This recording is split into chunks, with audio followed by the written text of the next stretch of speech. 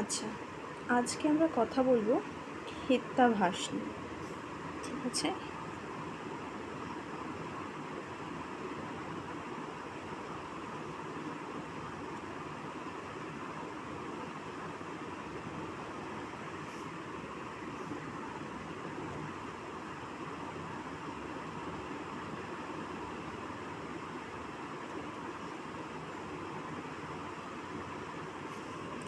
হেত্যাভাস মানে হেতুর আভাস।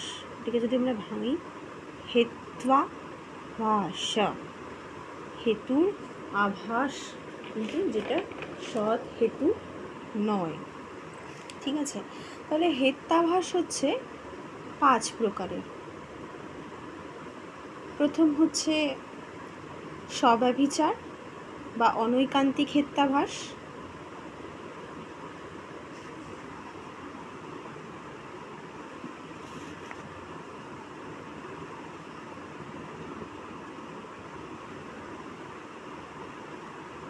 স্বব্যভিচার বা অনৈকান্তিক হেত্যাভাস।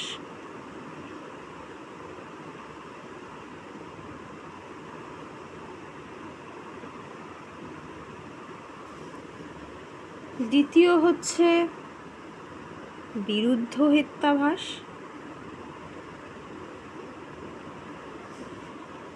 থার্ড হচ্ছে অসিদ্ধ হেত্যাভাস অথবা সাধ্যসম হেত্যাভাস। 4 নম্বর হচ্ছে প্রকরণসম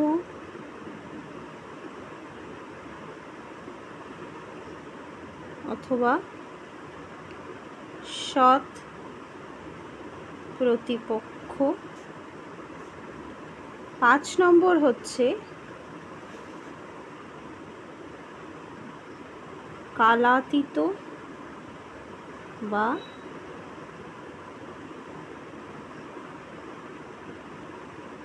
বাধিত হেত্যাভাস। তাহলে হেত্যাভাস 5 প্রকারের। স্বব্যভিচার বা অনৈকান্তিক হেত্যাভাস, বিরুদ্ধ হেত্যাভাস, অসিদ্ধ বা সাধ্যসম হেত্যাভাস, প্রকরণসম বা সৎ প্রতিপক্ষ হেত্যাভাস এবং কালাতীত বা বাধিত হেত্যাভাস। এবার স্বব্যভিচারকে আবার 3 ভাগে ভাগ করা যায়। একটা হচ্ছে সাধারণ স্বব্যভিচার, একটা হচ্ছে অসাধারণ স্বব্যভিচার, আর একটা হচ্ছে অনুপসংহারী। সবটা আমি এখানে লিখছি না ডিটেলসে, আমি শুধু পয়েন্টগুলো লিখছি। আমি এত স্লোলি বলছি, তোমরা লিখে নাও। প্রথমে আমরা স্বব্যভিচার বা অনৈকান্তিক হেত্যাভাস কাকে বলে সেটা বুঝি। খুব সিম্পলভাবে আমি বলার চেষ্টা করছি। বইতে অনেক জটিলভাবে আছে, অনেক কিছু এক্সপ্লেনেশন দিয়ে, কিন্তু আমাদের নেটের জন্য যেহেতু সলভ করতে হবে, সহজে আমাদের বোঝাটা খুব ইম্পর্টেন্ট। তো আমি চেষ্টা করছি যাতে মাথাতে ঢোকে। আচ্ছা, স্বব্যভিচার হেত্যাভাসে হেতুটা সাধ্যের সপক্ষেও থাকবে, আবার সাধ্যের বিপক্ষ, মানে সাধ্য যেখানে থাকবে না সেখানেও থাকবে। তাকে বলা হয় স্বব্যভিচার। তাহলে কি বললাম? হেতু সাধ্যের সপক্ষেও থাকবে, বিপক্ষেও থাকবে। এবার স্বব্যভিচারের যে 3টে প্রকার আছে, সেই 3টে প্রকার কি? একটা বললাম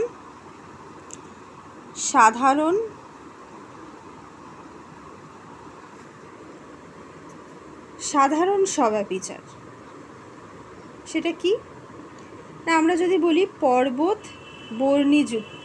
ধূমযুক্ত, যেহেতু তা বর্ণীযুক্ত, বা আরও সহজভাবে বললে পর্বতে ধোঁয়া আছে যেহেতু সেখানে আগুন আছে। তাহলে আমরা আগুন দেখে ধোঁয়ার অনুমান করছি। এবার এটা সাধারণ স্বব্যভিচার কেন? তার কারণ হচ্ছে এখানে বর্ণী বা হেতু বা আগুন যাই বলি না কেন, এটা ধূমের সপক্ষ মানে ধোঁয়ার সপক্ষ হচ্ছে, যেখানে ধোঁয়াটা থাকছে, রান্নাঘর বা যে কোনো কিছু জ্বালালে যেখানে ধোঁয়া হচ্ছে সেগুলো সব সপক্ষ, সেখানে আগুন থাকছে। আবার বিপক্ষ, এরকম অনেক জায়গা আছে যেখানে আগুন আছে কিন্তু ধোঁয়া কিন্তু থাকে না। তো সেই সব জায়গাতেও আবার হেতু থাকছে, মানে সেগুলো হচ্ছে সাধ্যের বিপক্ষ, যেখানে ধূম বা ধোঁয়া বা সাধ্য অনুপস্থিত, সেখানেও হেতু থাকছে, বিপক্ষেও থাকছে। মানে হেতু সপক্ষেও থাকছে, রান্নাঘর সপক্ষেও থাকছে, আবার জ্বলন্ত লৌহপিণ্ড বিপক্ষ, সেখানেও হেতু থাকছে। তাহলে হেতুটা সাধ্যের সপক্ষে থাকছে, বিপক্ষেও থাকছে, তাই এটা সাধারণ স্বব্যভিচার। দ্বিতীয় হচ্ছে অসাধারণ স্বব্যভিচার। আমরা যদি বলি আপেল মিষ্টি যেহেতু তাতে আপেলত্ব আছে, এখানে আপেল হচ্ছে পক্ষ, মিষ্টি হচ্ছে সাধ্য, আর আপেলত্ব হচ্ছে হেতু। তো এখানে সাধ্য সপক্ষে মিষ্টি পদার্থে মানে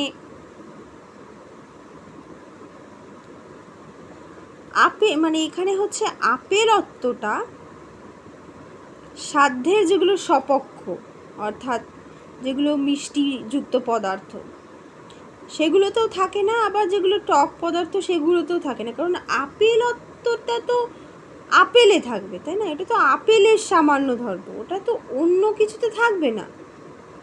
তো এটা সাধ্যের সপক্ষেও থাকে না, বিপক্ষেও থাকে না, হেতু সাধ্যের সপক্ষেও থাকে না, বিপক্ষেও থাকে না, সেই জন্য এটা অসাধারণ স্বব্যভিচার বা অনৈকান্তিক হেত্যাভাস। এবার 3 নম্বর হচ্ছে অনুপসংহারী।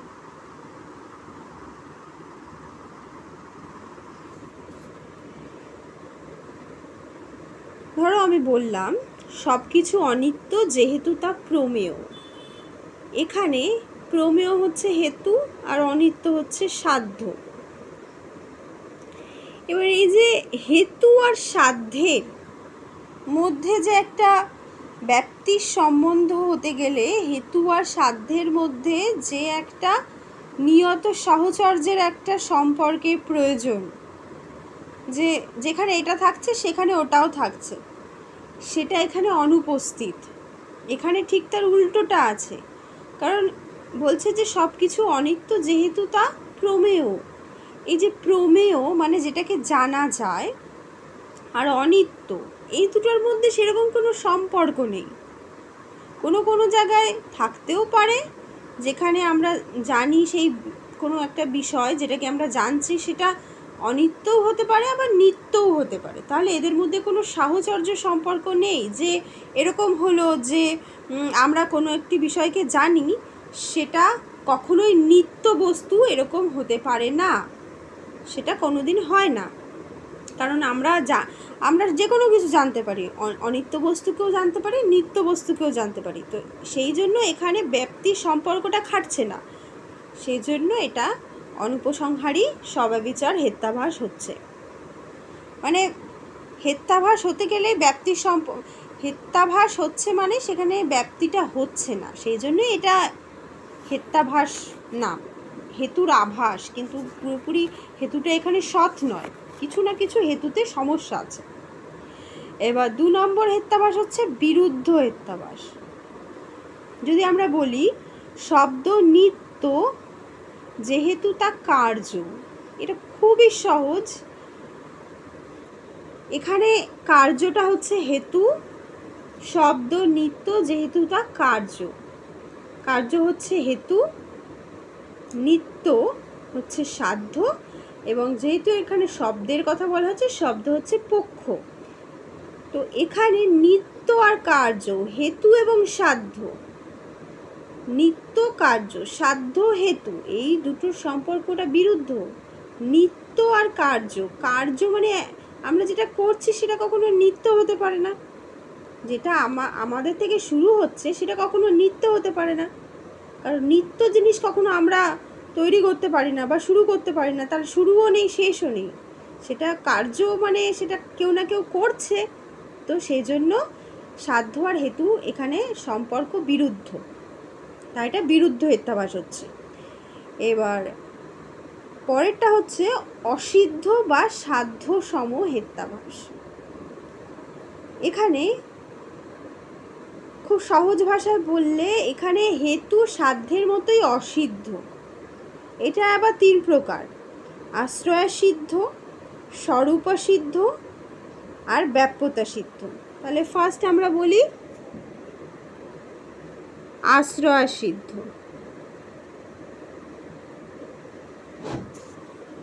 আশ্রয় সিদ্ধ বলতে কি বোঝায়? যেখানে পক্ষটি অসিদ্ধ। যেমন আমরা যদি বলি আকাশ কুসুম গন্ধযুক্ত যেহেতু তা পদ্ম, আকাশ কুসুম গন্ধযুক্ত যেহেতু তা পদ্ম। এবার এই যে আকাশ কুসুম, এটা যে পক্ষ, এটাই তো অসিদ্ধ। আকাশ কুসুম বলে তো কিছু হয় না, সেজন্য এখানে যে আশ্রয়, যেটা পক্ষ, যেটাকে আশ্রয় করে পুরো যুক্তিটা নির্ভর করছে, সেই আশ্রয়টাই অসিদ্ধ, সেজন্য এটা আশ্রয় সিদ্ধ হেত্যাভাস। তারপরে কি স্বরূপ সিদ্ধ।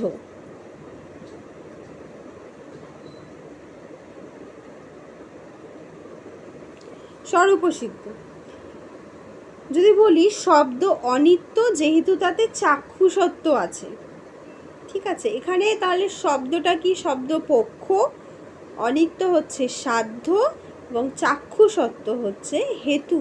কারণ চাক্ষুষত্বটা কারণ শব্দ হচ্ছে অনিত্য, তার কারণ কি? কারণ তাতে চাক্ষুষত্ব আছে, চাক্ষুষত্বের কারণে শব্দ অনিত্য, এটা হচ্ছে মূল ব্যাপার না। কিন্তু এখন এটা বলি যে এটা স্বরূপসিদ্ধ হেত্যাভাস কেন হচ্ছে?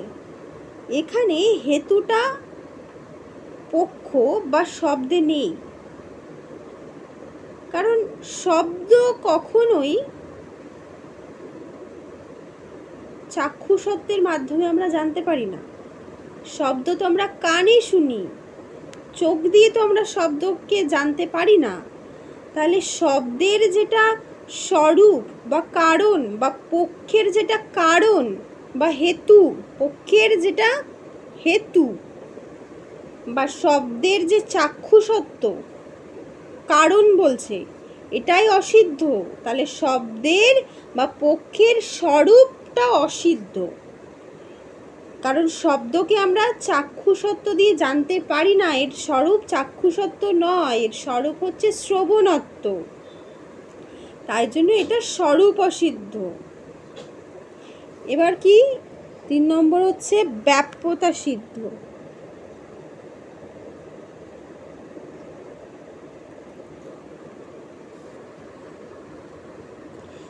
যদি বলি পর্বত ধূমযুক্ত যেহেতু তা বর্ণিযুক্ত, এটা সম্পূর্ণ ব্যাপ্তির উল্টোটা হচ্ছে, কারণ ব্যাপ্তির সঙ্গে আমরা জেনেছি পর্বত বর্ণিযুক্ত যেহেতু তা ধূমযুক্ত, এটা সম্পূর্ণ উল্টো। পর্বত ধূমযুক্ত যেহেতু তা বর্ণিযুক্ত। এরকম অনেক জায়গা দেখা যেতে পারে যে যেখানে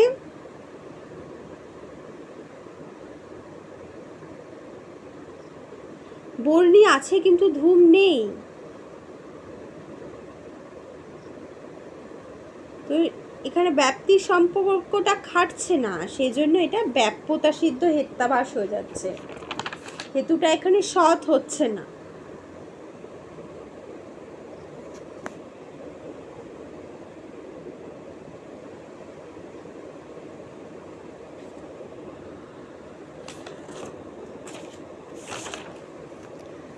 এটা আমি হচ্ছে এটার অসিদ্ধ হেত্যাভাসের ভাগগুলো বললাম লেখার সময়, তো আমি একটু করে লিখে ফেলেছি। এবার হচ্ছে সৎ প্রতিপক্ষ হেত্যাভাস। এটা কি হেত্যাভাস? সৎ প্রতিপক্ষ বা প্রকরণ সম হেত্যাভাস। ঠিক আছে। যদি বলি শব্দ নিত্য, যেহেতু তাতে শ্রাবণত্ব শ্রবণত্ব আছে, তাহলে এখানে হেতুটা নিত্য পদার্থ বা সাধ্যের উল্টো হচ্ছে। কিভাবে? এখানে শ্রবণত্ব হচ্ছে হেতু, শব্দ নিত্য যেহেতু তাতে শ্রবণত্ব আছে, শব্দ হচ্ছে পক্ষ, নিত্য হচ্ছে সাধ্য এবং শ্রবণত্ব হচ্ছে হেতু। শ্রবণত্ব হেতুর সাথে নিত্য এটা যায় না, এটা হচ্ছে উল্টো হচ্ছে। কারণ শ্রবণত্বের সাথে শব্দ যদি থাকতো সাধ্যে, তাহলে সেটা একটা সম্পর্ক স্থাপন করা যেত। কিন্তু এখানে আমাদের দেখতে হবে মেইনলি যে সাধ্য আর হেতুর মধ্যে সম্পর্কটা ঠিকঠাক থাকছে কি না আগে। তো যেহেতু শ্রবণত্ব এবং নিত্য এই দুটো সম্পর্ক হয় না, শ্রবণত্বের সঙ্গে নিত্যটা উল্টো হচ্ছে, সেই জন্য এটা সৎ প্রতিপক্ষ হেত্যাভাস হচ্ছে। এখানে হেতুটা সৎ হচ্ছে না, হেত্যাভাস হচ্ছে। লাস্ট হচ্ছে কালাতীত বা বাধিত হেত্যাভাস। এটা খুবই সহজ। আমি যদি বলি বর্ণী অনুষ্ণ, যেহেতু তার দ্রব্য, এখানে পক্ষ আর সাধ্য দুটো উল্টো হচ্ছে বা বিরুদ্ধ হচ্ছে। তাহলে যেখানে বিরুদ্ধ হেত্যাভাস হচ্ছিল, সেখানে সাধ্য আর হেতুটা বিরুদ্ধ হয়, আর বাধিত হেত্যাভাসে পক্ষ আর সাধ্যটা বিরুদ্ধ হয়, তাহলে সেটা বাধিত হয়। কারণ বর্ণী অনুষ্ণ, যেহেতু তার দ্রব্য, বর্ণী কখনো অনুষ্ণ হয় না, আগুন কখনো অনুত্তপ্ত হয় না, বা আগুন কখনো শীতল হয় না, আগুন সবসময় উষ্ণতা দেয়। তো সেই ক্ষেত্রে সেহেতু বর্ণী এবং অনুষ্ণ দুটো বিরুদ্ধ শব্দ বা বিরুদ্ধ বিষয়, সেজন্য এটা বাধিত হেত্যাভাস হচ্ছে। ব্যাস, এটাই ছিল 5 প্রকারের হেত্যাভাস।